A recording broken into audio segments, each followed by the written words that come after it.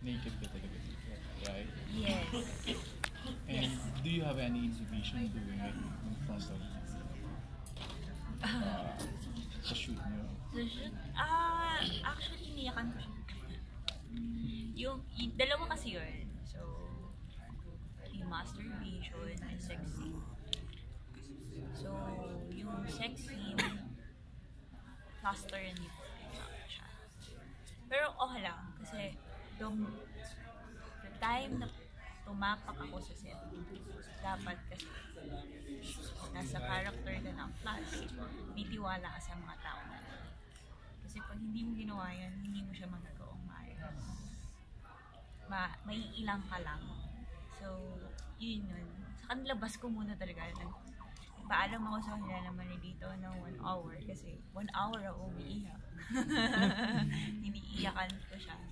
Not because ayoko siyang gawin. Iniiyakan ko siya dahil gusto kong ilabas lang yung kaba ko. Dahil ayoko ipakita rin sa production.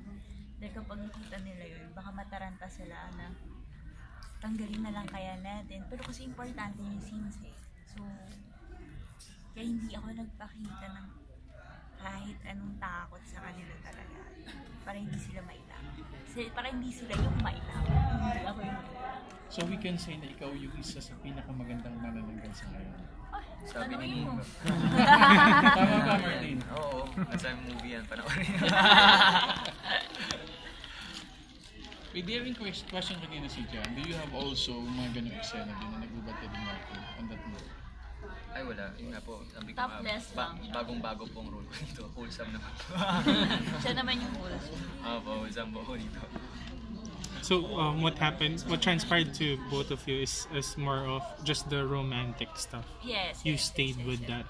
Oh, ito yung storyline. parang conservative side. Mm. Kasi may gusto ko sa kanya. Mga ganun. Kasi yung sa inyo parang true love. ang Oo. nangyari.